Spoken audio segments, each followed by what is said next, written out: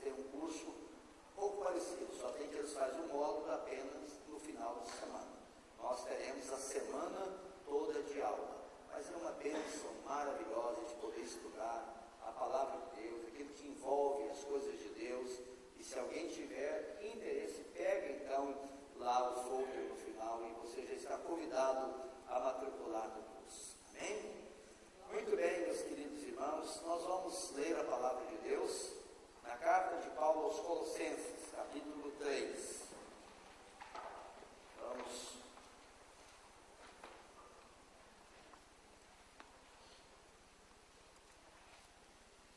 Eu quero estar meditando com a igreja nessa palavra de Colossenses, capítulo 3, do versículo 12 até o versículo de número 17. Vamos estar meditando sobre as virtudes que caracterizam a vida do cristão. As virtudes que caracterizam, que identificam a vida do servo de Deus, do crente, do cristão. Colossenses 3, versículos 12 a 17. Por favor, permaneça com a sua Bíblia aberta durante a mensagem. Diz assim: revesti-vos, pois, como eleitos de Deus, santos e amados, de ternos afetos de misericórdia, de bondade, de humildade, de mansidão, de longanimidade. Suportai-vos uns aos outros, perdoai-vos mutuamente, caso alguém tenha motivo de queixa contra outrem. Assim como o Senhor vos perdoou, assim também perdoai vós. Acima de tudo isto, porém, esteja o amor, que é o vínculo da perfeição. Seja a paz de Cristo o árbitro em vosso coração, a qual também fostes chamados em um só corpo, e sede agradecidos. Habite ricamente em vós a palavra de Cristo, instruí-vos e aconselhai-vos mutuamente em toda a sabedoria, louvando a Deus com salmos e hinos e cânticos espirituais, com gratidão em vosso coração. E tudo o que fizerdes, seja em palavra, seja em ação, fazei-o em nome do Senhor Jesus, dando por ele graças a Deus Pai. Que Deus abençoe a sua gloriosa palavra nos nossos corações. E que o Espírito de Deus tenha plena liberdade para falar aos nossos corações nesta noite através dessa palavra. E como disse o apóstolo Tiago, que não sejamos simplesmente ouvintes da palavra de Deus, mas praticantes desta palavra. Para isso nós devemos acolher a palavra de Deus com mansidão nos nossos corações, com o desejo de deixar Deus, através da sua palavra, mudar a nossa vida, transformar a nossa vida. E eu quero conclamar os meus queridos irmãos e irmãs, todos os presentes aqui nesta noite, para deixar essa palavra de Deus penetrar no seu coração, penetrar na sua vida, trazer mudanças realmente na nossa vida. Porque estas virtudes aqui, apresentadas pelo apóstolo São Paulo, que realmente caracteriza, identifica um filho de Deus, alguém que foi transformado pela graça de Deus. Nós cantamos um belo cântico durante o louvor: se alguém está em Cristo, é uma nova criatura. 2 Coríntios 5, 17 diz: e assim, se alguém está em Cristo, nova criatura é. As coisas velhas se passaram, eis que tudo se fez novo. Aquele que está em Cristo Jesus é uma nova criatura. O apóstolo São João, na sua primeira carta, ele diz que aqueles que nasceram de Deus, agora têm uma vida totalmente diferente. Eles são agora imitadores de Deus. O fruto da vida dessas pessoas agora são totalmente diferentes. Então vamos meditar aqui nessas virtudes que caracterizam a vida de um servo de Deus, de um discípulo de Cristo, de um crente, de um cristão, de um seguidor de Jesus. No versículo 12, o apóstolo Paulo mostra aqui a vestimenta do cristão. Olha que coisa maravilhosa. Ele disse: revesti-vos, pois, como eleitos de Deus, santos e amados. E ele diz: ternos afetos de misericórdia. A vestimenta do cristão. A primeira coisa apresentada por Paulo aqui, a primeira virtude, é a misericórdia. E como é preciosa esta virtude na vida do cristão. Jesus Cristo disse nas bem-aventuranças: bem-aventurados, felizes os misericordiosos, porque eles alcançarão a misericórdia. Nós temos que entender que nós fomos alcançados pela misericórdia de Deus. Nós estamos servindo a Deus hoje porque Deus foi misericordioso para conosco, porque nos concedeu a sua bendita graça. Ele nos concedeu o seu perdão maravilhoso. É por causa da misericórdia de Deus é que estamos aqui louvando a Deus, ouvindo a palavra do Senhor, agradecendo a Deus pela bênção do perdão, pela bênção da salvação, porque Deus foi misericordioso para com as nossas vidas. Em Mateus capítulo 20, nós encontramos uma parábola que o Senhor Jesus Cristo contou de um homem rico, e tinha alguém que devia uma quantia muito grande para este homem. E aquele homem chegou para aquele indivíduo que devia e disse: olha, você paga a sua dívida, paga o que você me deve. E aquele homem não tinha com o que pagar a sua dívida, e o texto sagrado diz que ele suplica a misericórdia do credor: perdoa esta minha dívida. E a Bíblia Sagrada diz que aquele homem perdoou a dívida daquele homem. E aquele homem que foi perdoado tinha um conservo seu que devia para ele uma mixaria, uma pequena quantia. E ele chega para aquele indivíduo e disse: pague o que você me deve. E aquele homem disse: olha, eu não tenho com o que pagar. Tenha compaixão, me espera, eu vou pagar a dívida. Mas aquele homem não usa de compaixão, de misericórdia, e manda o indivíduo para a prisão. E alguém viu aquilo e vai para aquele homem que perdoou a grande dívida daquele homem e disse: olha, você não perdoou a dívida do fulano do tal? Sim, perdoei, pois alguém devia tão pouco para ele, e ele não quis perdoar. E aquele homem então chama aquele indivíduo e disse: mas eu não perdoei a tua dívida, você não pediu clemência, não pediu misericórdia, e eu não te perdoei. Não devia fazer você o mesmo com aquela pessoa que devia tão pouco para você? E manda o indivíduo para a prisão. Meus queridos irmãos, e Jesus termina essa história dizendo: assim fará Deus com aqueles que no íntimo não perdoar o seu próximo. Meus queridos irmãos, Deus foi gracioso, misericordioso para conosco.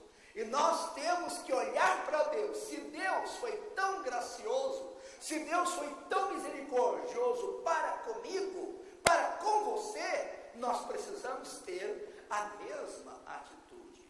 Quem não sabe usar de misericórdia para com o próximo, ainda não entendeu a misericórdia de Deus.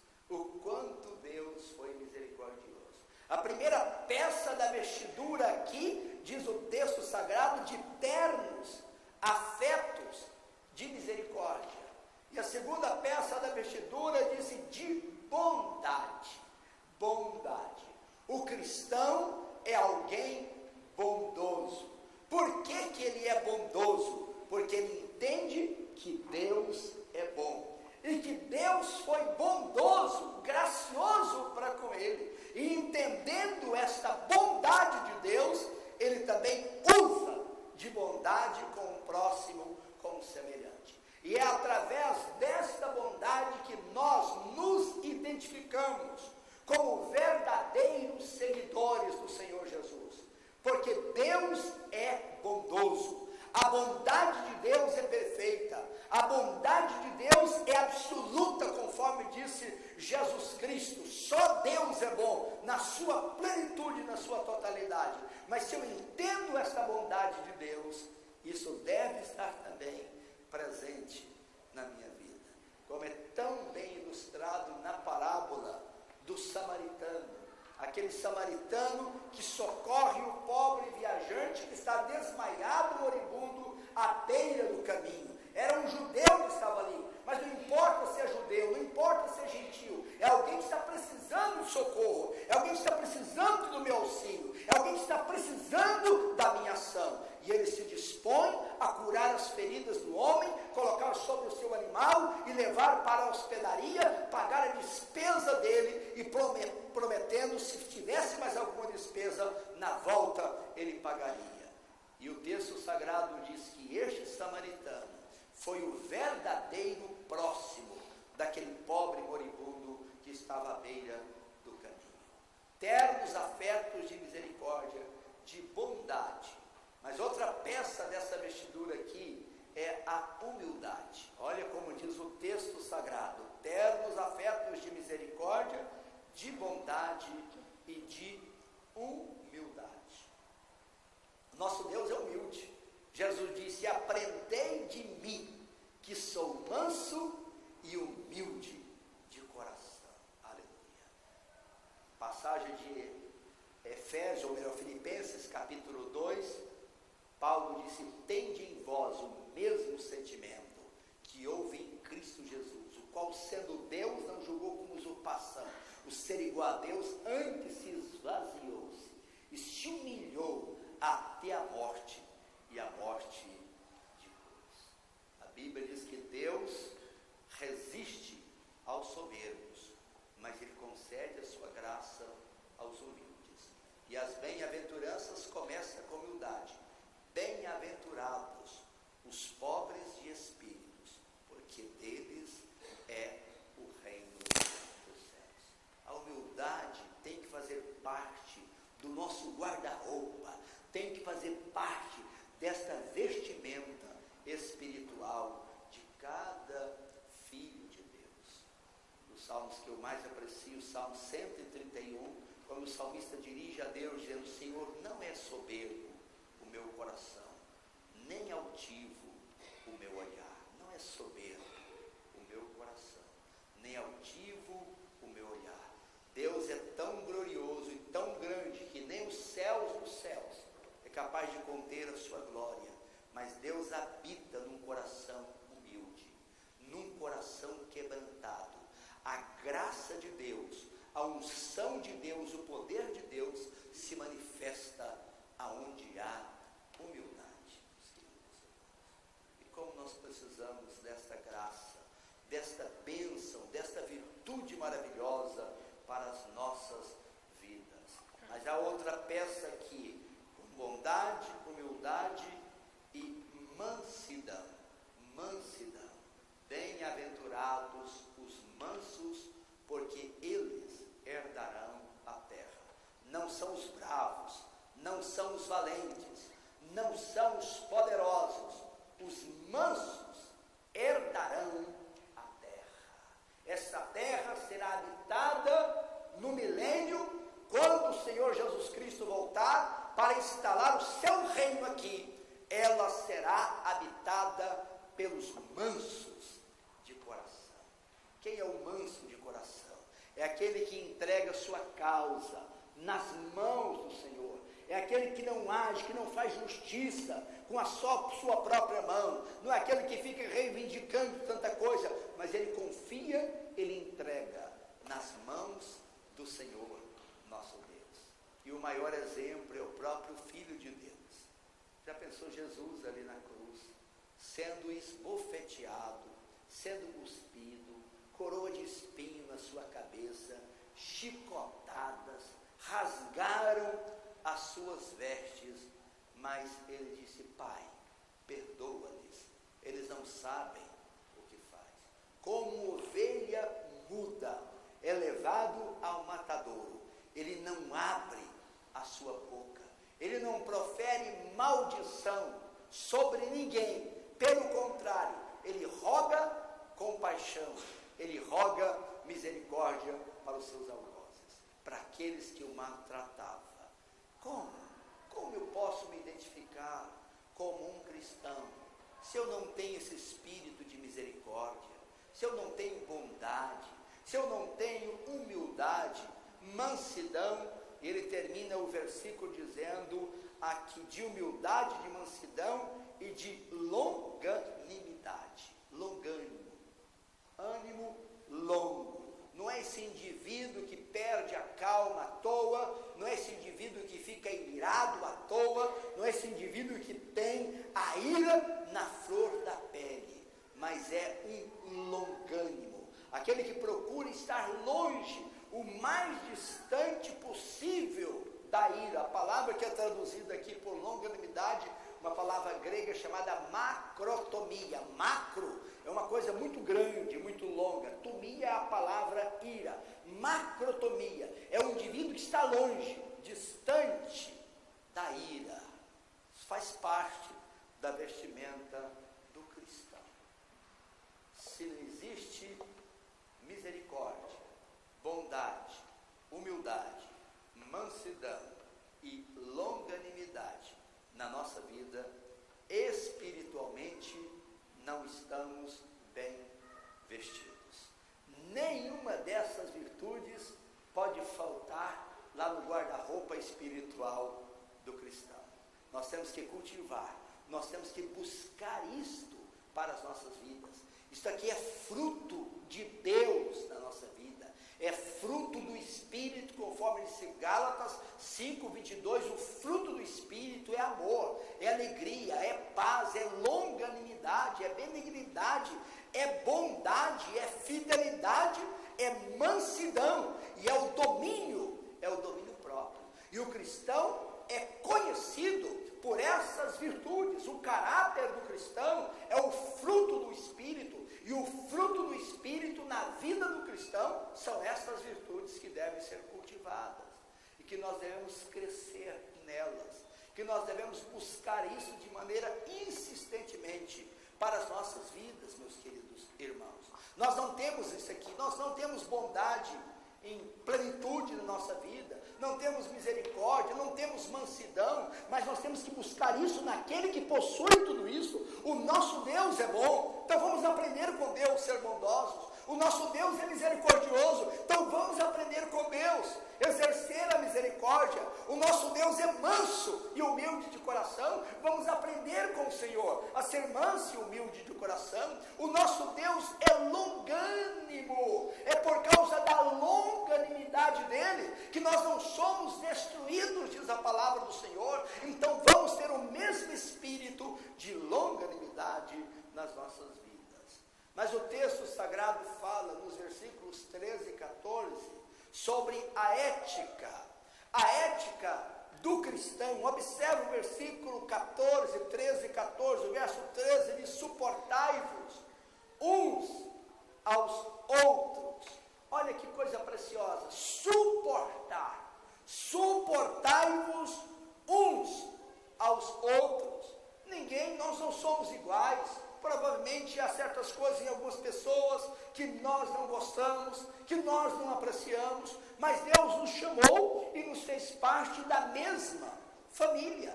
E nós precisamos ter esse espírito de suportar, o espírito de tolerar uns aos outros, no amor de Cristo Jesus, o Senhor da glória. Mas ele não diz apenas suportai-vos uns aos outros, ele diz perdoai-vos mutuamente. É o perdão. Eu preciso do perdão dos meus irmãos, mas eu preciso também ter a disposição para perdoar os meus irmãos. E quando nós vamos perdoar? Quando alguém faz alguma coisa que nos entristece, que nos aborrece. Por isso o versículo disse: caso, olha a expressão, caso alguém tenha motivo de queixa contra o outrem, assim, olha a expressão, assim como o Senhor vos perdoou, assim também perdoai vós.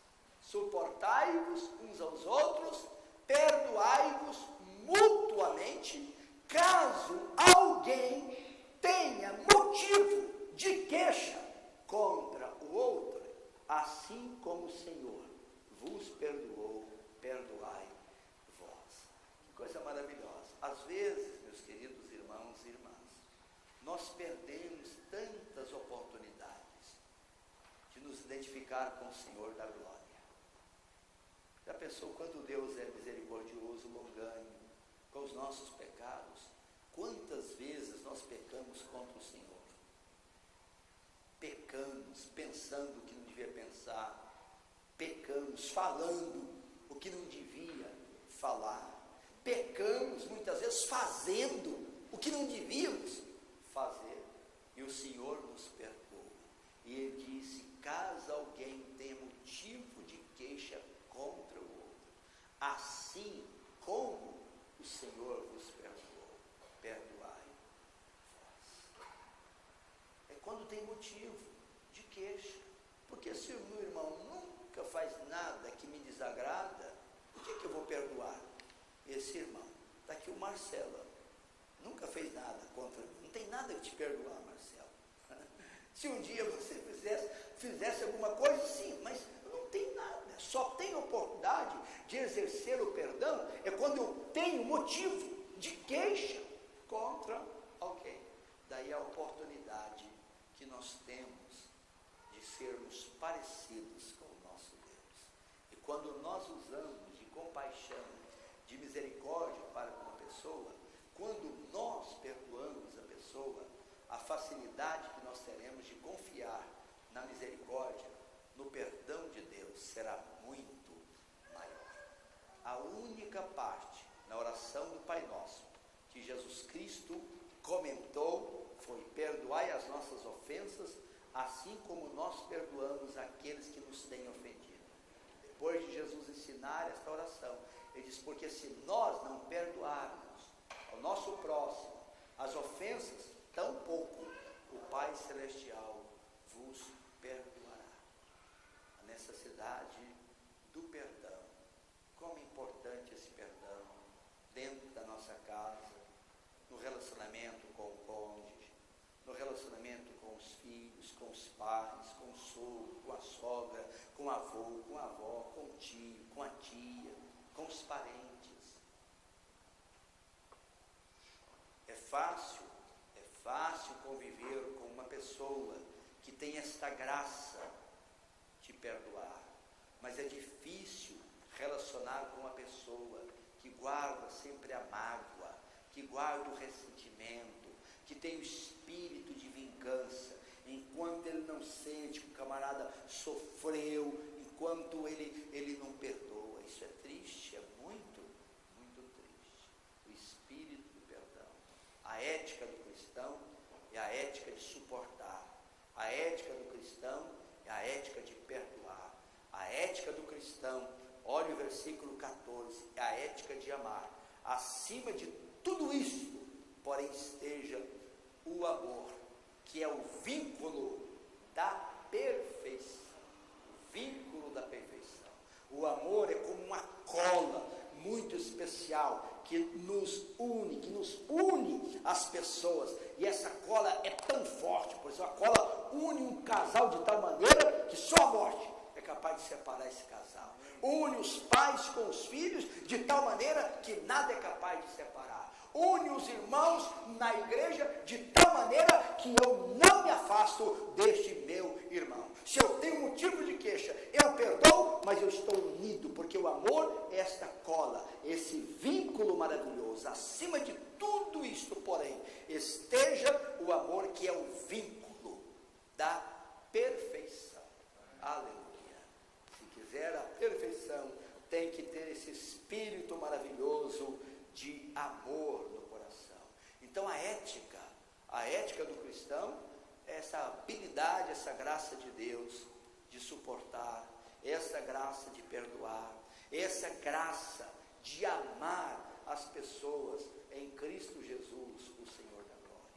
Agora nos versículos 15 e 16, mostra que a espiritualidade do cristão, e a espiritualidade do cristão, ela consiste, segundo o versículo de número 15, em, primeiramente, encher-se da palavra, versículo 16, e encher da palavra de Deus. Verso 16, habite ricamente em vós a palavra de Cristo. Observe que não é simplesmente ler a palavra de Deus, não é simplesmente ouvir a palavra de Deus, mas a ideia é da palavra de Deus habitar na minha vida. Como disse Lucas lá, Maria ouvia tudo aquilo e guardava aquilo no seu coração, meditando no coração. É como disse o salmista, como pode um jovem guardar puro o seu caminho? É guardando, é meditando nesta palavra, é tendo esta palavra no seu coração. E nós só temos a palavra de Deus habitando na nossa vida, não é quando nós decoramos um texto da Bíblia Sagrada, ou vários textos da palavra de Deus, nós temos a palavra de Deus habitando na nossa vida, é quando nós praticamos a palavra. Eu posso conhecer dezenas de versículos, capítulos e dezenas de textos da Bíblia Sagrada, eu posso saber de cor muita escritura sagrada, mas se eu não pratico esta palavra, a palavra de Deus não habita no meu coração. Eu conheci um homem que eu nunca vi pessoa para saber tantos textos da Bíblia como aquele senhor. Ele citava dezenas e dezenas de textos da Bíblia Sagrada. Mas um dia, visitando a casa daquele senhor, a filha dele era adolescente, estava rebelde, não queria ir para a igreja. Quando ia para a igreja era só para fazer bagunça. Eu fui conversar com aquela moça, ela dizia: olha, pastor, você vê meu pai lá na igreja, citando versículo, tudo, pregando, cantando, mas meu pai não é crente coisa nenhuma. Meu pai espanca a minha mãe. Eu já vi meu pai bater na minha mãe muitas vezes. O meu pai me espanca minha irmã, nos espanca aqui. O meu pai diz palavrão, o meu pai xinga. Ele sabia a Bíblia, tinha a Bíblia na cabeça, mas não tinha no coração. A palavra de Deus não habitava naquele indivíduo. Infelizmente, esse homem morreu desviado do Evangelho. Pode ficar tanto tempo na igreja. Morreu desviado. Fora da igreja. Porque chega um momento, conforme diz a palavra de Deus, que Deus não tolera. Deus tira o indivíduo do meio da igreja, com todo o conhecimento bíblico, mas a palavra não habitava na vida. Meu irmão, se eu não tenho a graça de amar, a palavra de Deus não habita na minha vida. Se eu não tenho a graça de ser misericordioso, a palavra de Deus não habita na minha vida. Se eu não tenho a graça de ser bondoso, a palavra de Deus não habita na minha vida. Se eu não tenho a graça de viver uma vida de pureza, de serenidade, de santidade, a palavra de Deus não habita na minha vida. A palavra de Deus habita nas nossas vidas quando nós vivemos esta palavra, quando nós praticamos a palavra do Senhor, nosso Deus. Daí, mais uma vez, não sejais ouvintes da palavra, mas praticantes, disse. Jesus, quando proferiu o sermão mais bonito do mundo, o sermão da montanha, ele conclui o sermão dizendo: aquele que ouve essas minhas palavras, observa, e as pratica, é comparado ao homem prudente, que edificou a casa sobre a rocha. Mas aquele que ouve essas minhas palavras e não as pratica, é comparado ao homem insensato, que edificou a casa sobre a areia. Ouvir a palavra é muito bom, irmãos. Ler a palavra é maravilhoso. Fazer o rali é esplêndido, mas Deus quer muito mais do que ler, ouvir, decorar a palavra. Deus quer que a palavra habite na nossa vida. E ela habita na nossa vida é quando nós praticamos a palavra. Aleluia.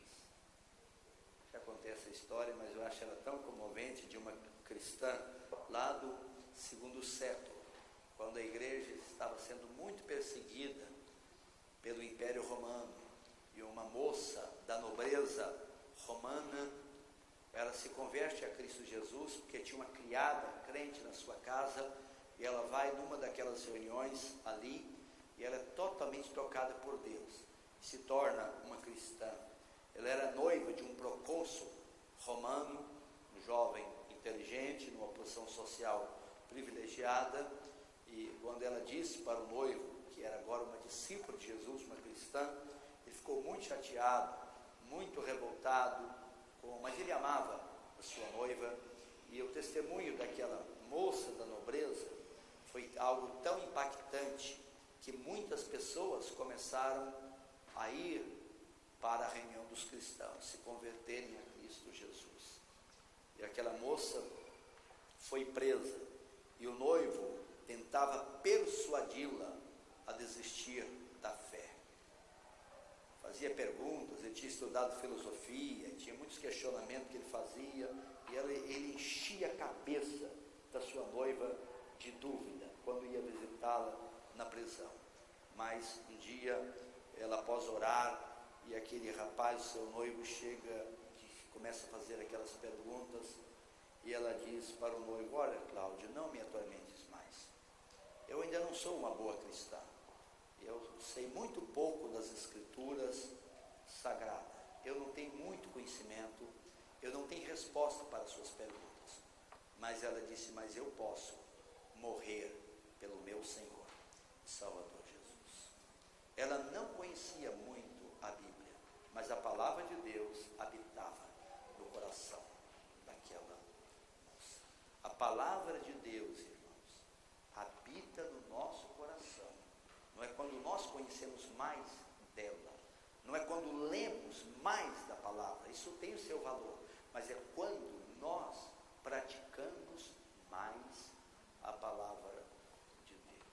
Deus falou muito isso ao meu coração, por isso eu estou compartilhando com os meus irmãos aqui, irmãs, nesta noite. A espiritualidade, então, consiste em encher-se da palavra no sentido de viver esta palavra, no sentido de praticar esta palavra. Mas a espiritualidade, além de habitar ricamente a palavra de Cristo em vós, diz: instruí-vos e aconselhai-vos, olha, mutuamente, em toda sabedoria. Como é precioso o aconselhamento, como é precioso esse aconselhamento recíproco.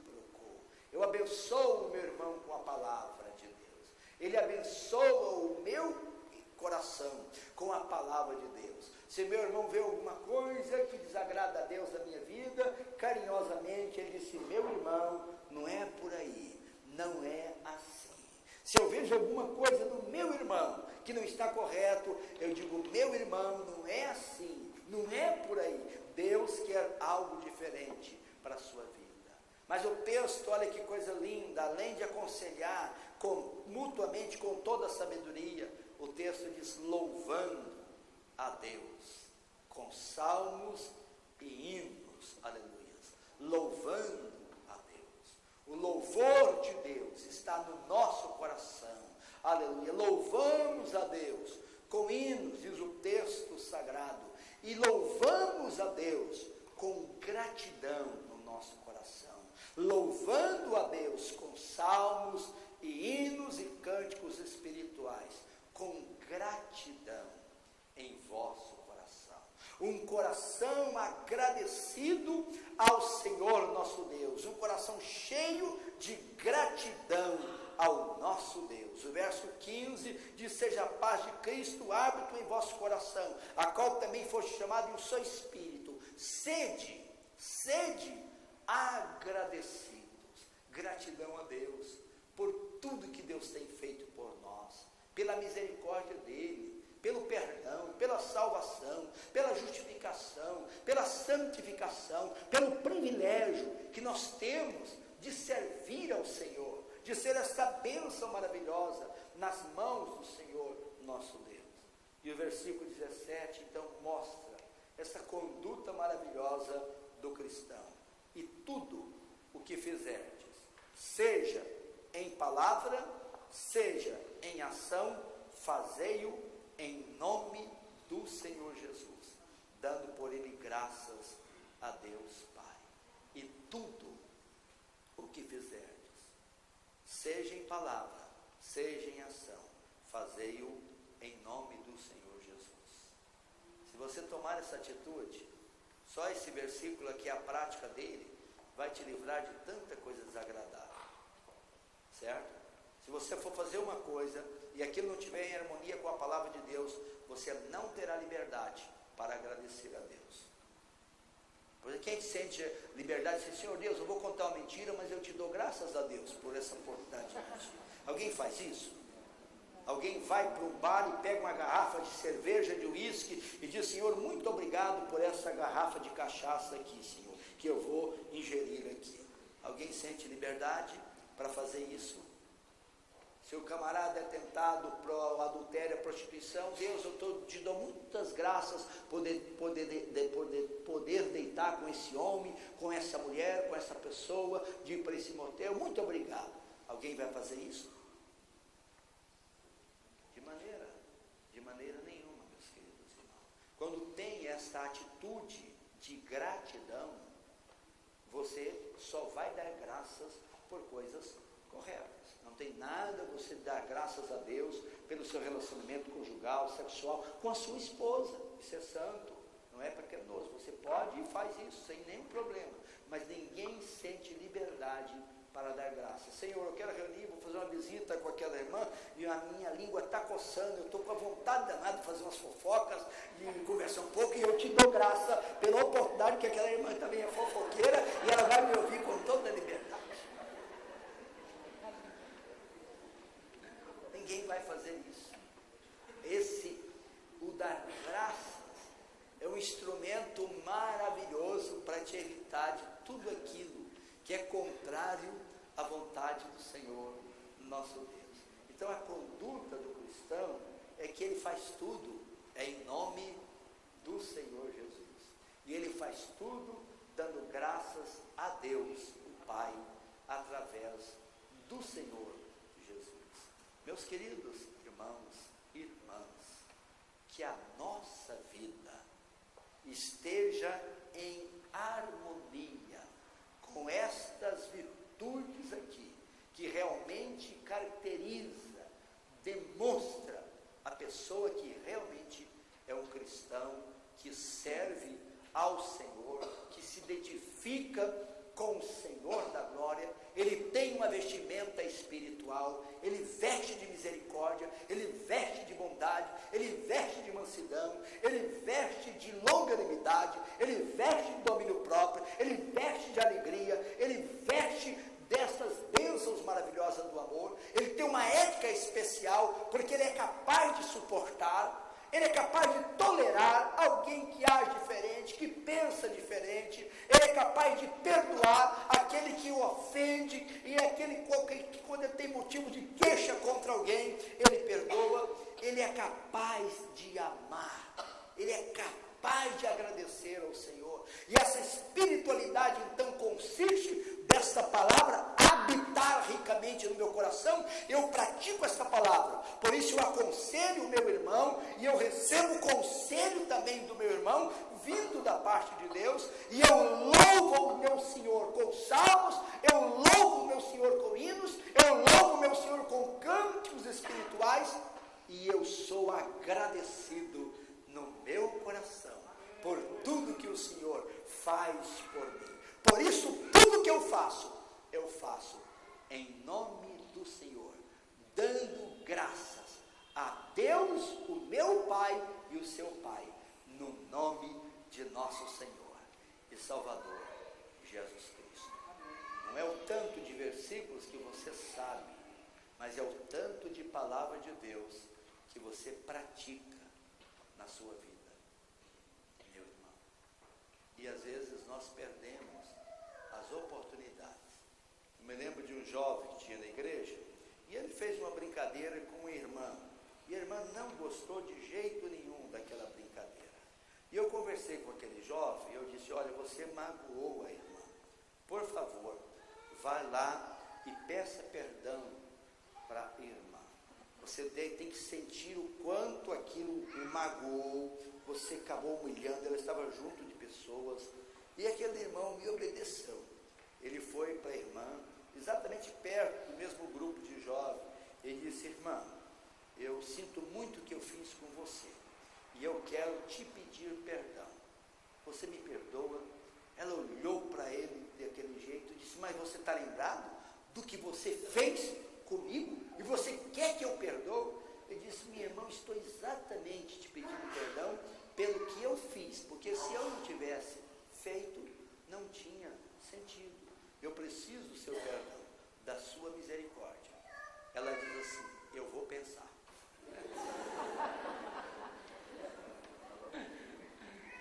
Mas depois ela perdoou, graças a Deus. Amém. Aleluia. Meus queridos irmãos, nós não podemos perder as oportunidades que Deus nos concede de vestir essa vestimenta especial da misericórdia, do perdão, da humildade, da mansidão, da bondade, da longanimidade. Nada de valentia, nada de macrotomia, nada de ira à flor da pele. O mais distante possível dessas atitudes. Agora, meus queridos irmãos, para isso, nós precisamos da graça de Deus. Em João capítulo 15, Jesus diz: eu sou a videira verdadeira, o meu Pai é o agricultor. Todo ramo que estando em mim não dá fruto, o Pai corta, e todo ramo que estando em mim der fruto, o Pai poda, o Pai limpa, para que produza mais fruto ainda. E ele disse: vós estáis limpos pelas palavras que eu vos tenho falado. Permanecei em mim e eu permanecerei em vós. Como um ramo não pode dar fruto de si mesmo, se não estiver ligado na videira, assim nem vós o podeis, se não estiverdes ligado em mim. Permanecei em mim e eu permanecerei em vós, diz o Senhor.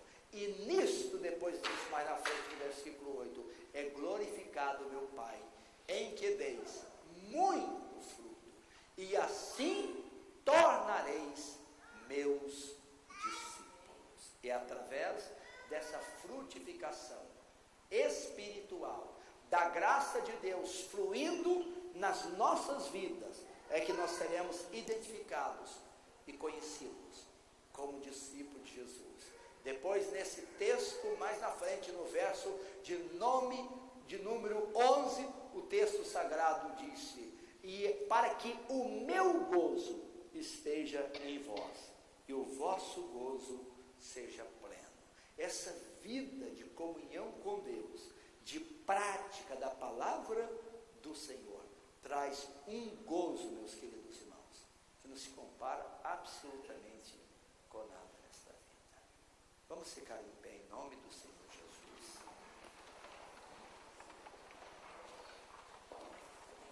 Glória a Deus. Aleluia. Eu gostaria que todos fechassem os olhos nesse momento, pensando nesta palavra. Sem dúvida nenhuma que muitas vezes nós temos motivo de queixa contra pessoas. Elas nos ferem, elas nos machucam, às vezes nos critica, nos persegue, tenta atrapalhar a nossa vida. Mas, meus queridos irmãos, nós não temos outro caminho. Assim como Jesus Cristo levou os nossos pecados e cravou naquela rude cruz, o Senhor Jesus diz que nós temos que tomar também a nossa cruz. Não é a minha vontade, mas eu tenho que levar também tudo à cruz e colocar ali, não meu ímpeto, não meu desejo de vingança, de ira, mas eu deixo tudo na cruz, em nome do Senhor Jesus, para ser uma pessoa livre, uma pessoa abençoada pelo Senhor. Nós vamos orar nesse momento. Se você tem algum ressentimento, alguma mágoa, alguma dificuldade no seu coração, quem sabe dentro da sua própria casa, quem sabe pode ser até com o cônjuge, quem sabe pode ser com o pai, pode ser com a mãe, pode ser com o filho, pode ser com o avô, pode ser com quem for. Meu irmão, minha irmã, perdoa em nome do Senhor Jesus. Pode ser, quem sabe, com alguém dentro da igreja, pode ser com alguém no ambiente do seu de trabalho, pode ser um vizinho, seja quem for, meu irmão, minha irmã. Em nome de Jesus Cristo, não permita isto no seu coração. Tenha um coração limpo, tenha um coração puro de qualquer maldade, de qualquer espírito de vingança, em nome de Jesus Cristo. Deixa a palavra do Senhor habitar ricamente no seu coração, na sua vida, em nome de Jesus. Busque de Deus esta graça, a graça da misericórdia. Busca de Deus a graça da bondade. Busca de Deus a graça da humildade, a graça da longanimidade, a graça da mansidão, em nome do Senhor Jesus. Pai, nosso Deus maravilhoso, nós te louvamos porque o Senhor é um Deus gracioso. Nós só estamos na tua presença, é porque temos certeza absoluta que o Senhor é misericordioso, que o Senhor é gracioso, que o Senhor é bondoso, que o Senhor é um Deus longânimo, é um Deus perdoador, Senhor, porque se não acreditássemos nisso, Senhor, nós não teríamos a mínima condição de estar na tua presença, porque quantas vezes, ó Deus, nós falhamos, nós tropeçamos, nós transgredimos, Senhor, a tua palavra e entristecemos o teu coração, mas é por causa da misericórdia do Senhor, é por causa da tua graça que estamos na tua presença. E nós queremos, Senhor Deus da glória, sermos parecidos do Senhor, como filhos amados que somos do Senhor. Nós queremos ser imitadores do Senhor da glória. Ó Deus, opera este milagre gracioso na vida de cada um que está aqui nesta noite. Senhor Deus, que esta palavra venha habitar ricamente no nosso coração, através do exercício, através da prática, através da vivência, meu Senhor, pelo poder glorioso do Espírito Santo. Nós sabemos que de nós mesmos, as obras que nós produzimos, são obras terríveis, Senhor, conforme diz a tua palavra, mas nós queremos este fruto glorioso, o fruto da tua graça, o fruto do teu Espírito Santo, da tua presença gloriosa nas nossas vidas, Senhor. Livra, Senhor, qualquer pessoa, se porventura tiver ressentimento, tiver mágoa, amargura no coração, quem sabe até mesmo o espírito da vingança, meu Senhor. Ó Deus, limpa, Senhor, as nossas vidas, santifica, Senhor Deus, as nossas vidas, pelo poder do teu Santo Espírito. Nós queremos sair deste culto nesta noite, como diz a tua palavra, lavados, santificados, libertados, restaurados, ó Deus, pelo poder maravilhoso da tua palavra, Senhor. Eu me limitei nesta noite, Senhor, a falar a tua palavra. Deus, haja, vivifica, Senhor, esta palavra nos nossos corações, em nome do Senhor Jesus, em nome de Jesus. Amém. Amém. Que Deus te abençoe poderosamente, em nome de Jesus Cristo. Prepara o seu coração para o nosso retiro.